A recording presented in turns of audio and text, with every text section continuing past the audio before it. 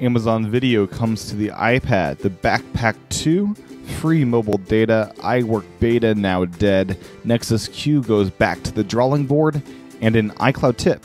It's Thursday, August 2nd, 2012, and this is iWake. I'm Tim Chaten, and this is what's going on in the Apple world today. Good morning, and welcome to another edition of iWake. Kicking off the show today is the very surprising news, to me at least, that Amazon has released a new app for streaming their video content to the iPad. It also allows you to download it for offline viewing. This paves the way, in my mind, for an Apple TV version of this, as well as we finally have Hulu on the Apple TV.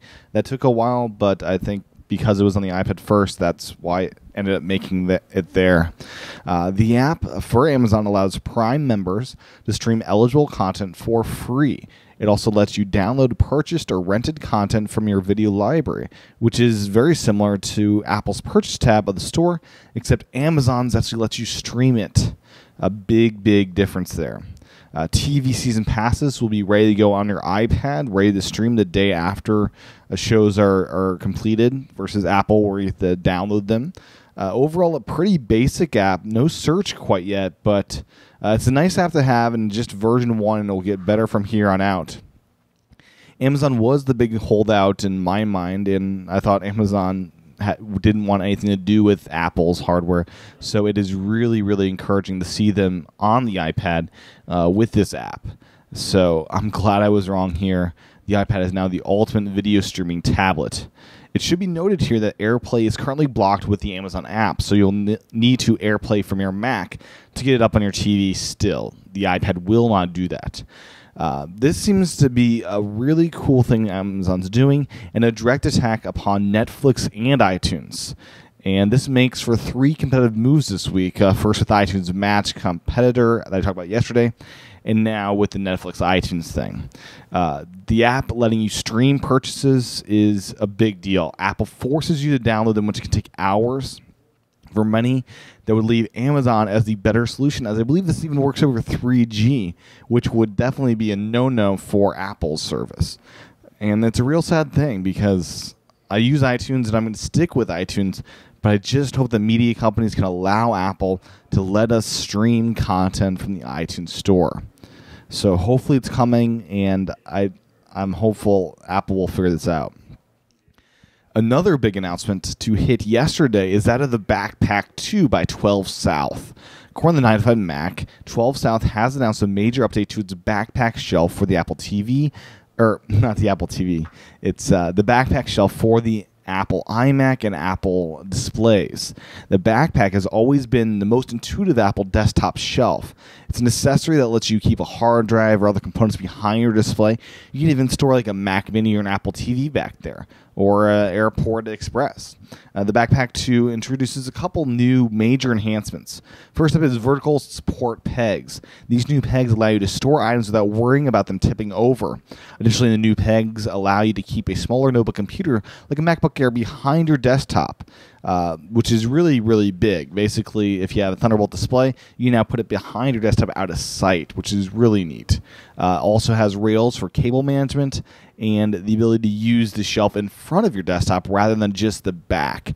This makes it much more convenient to store accessories that a user needs to access more readily, such as a wireless keyboard, mouse, or trackpad. The Backpack 2 costs $35 and is available from their website at 12south.com.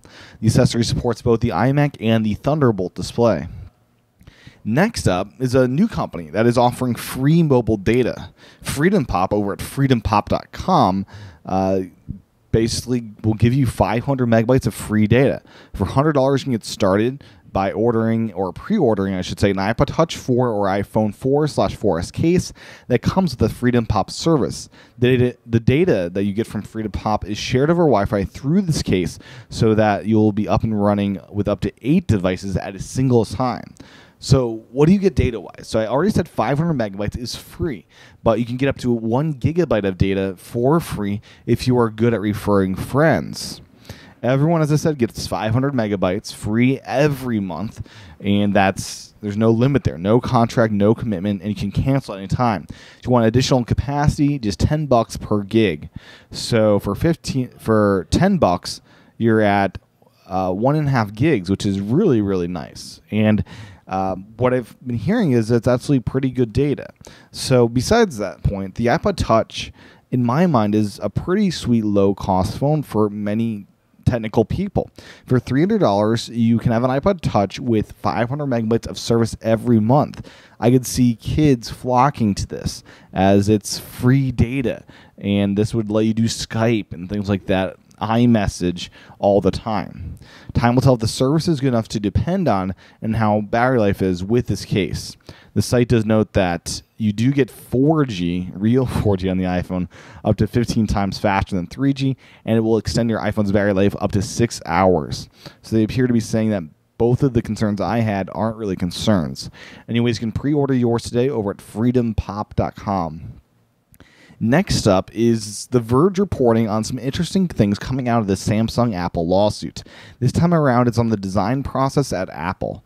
The site reports that a 17-year-old veteran, or not 17-year-old, but someone that's been with the company 17 years, Stranger, stated that he's been involved with every single product the company had to release since 1995 due to how closely the design team works.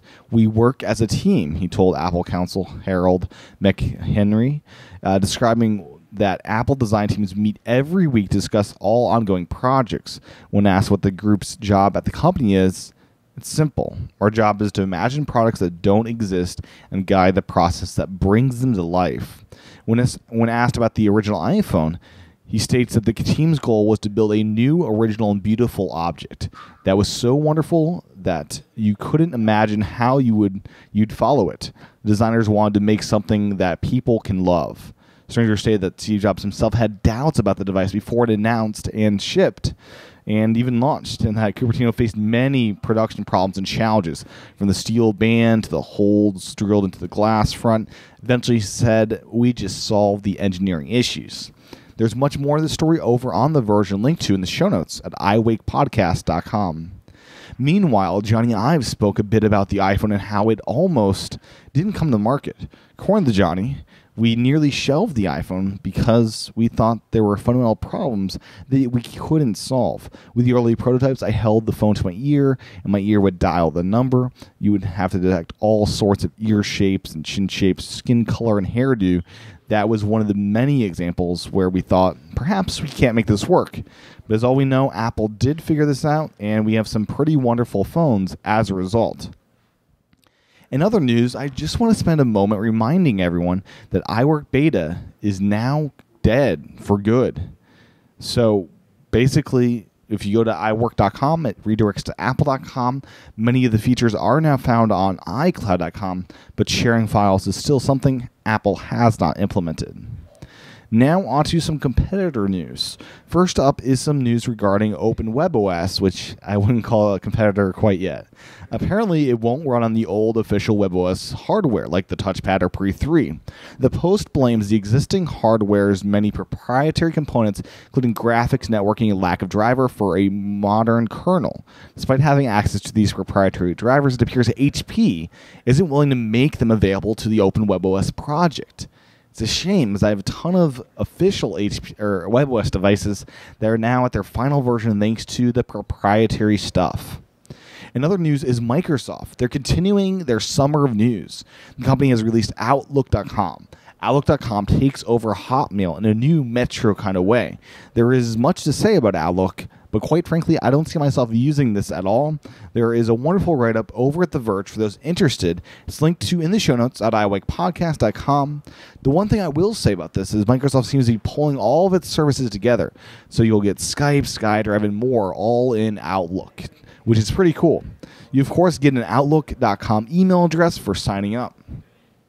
Next up is a rather big piece of news for people tired of carriers overcharging its consumers for data we already pay for.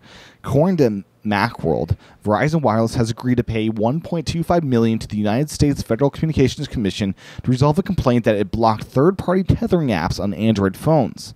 Verizon's request for Google to block third-party tethering apps on the Android store violated open internet or net neutrality rules approved by the Commission for the so-called C block of spectrum in the 700 megahertz band. According to the complaint filed in June of 2011 by digital rights group Free Press, the FCC approved the net neutrality conditions as part of a spectrum auction completed in early 2008. So this could be why the iPad LTE version on Verizon has tethering on every plan.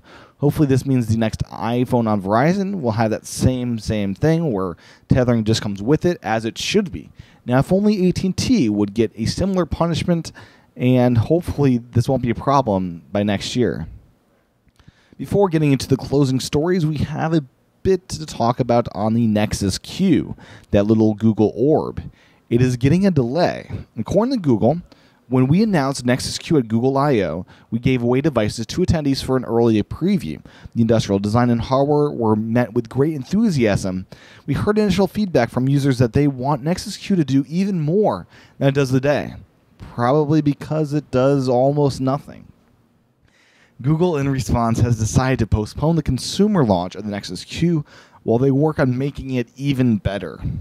On a brighter note, those that did pre-order the device are getting it absolutely free of charge in this kind of beta stage of hardware and software. I'm not sure if the hardware could be the software could be upgraded on this beta hardware. Only time will tell there. I'm not shocked by this, as the Nexus Q does very little. I expect the new Nexus Q to work without an Android phone and come with a remote and be more like an Apple TV competitor than its current iteration is. Closing out this show are two things I want to talk about. The first is an iCloud tip. I had a realization that as I continue my project of moving everything to the Mac App Store and iCloud, that there are a few apps that won't make the cut into the App Store.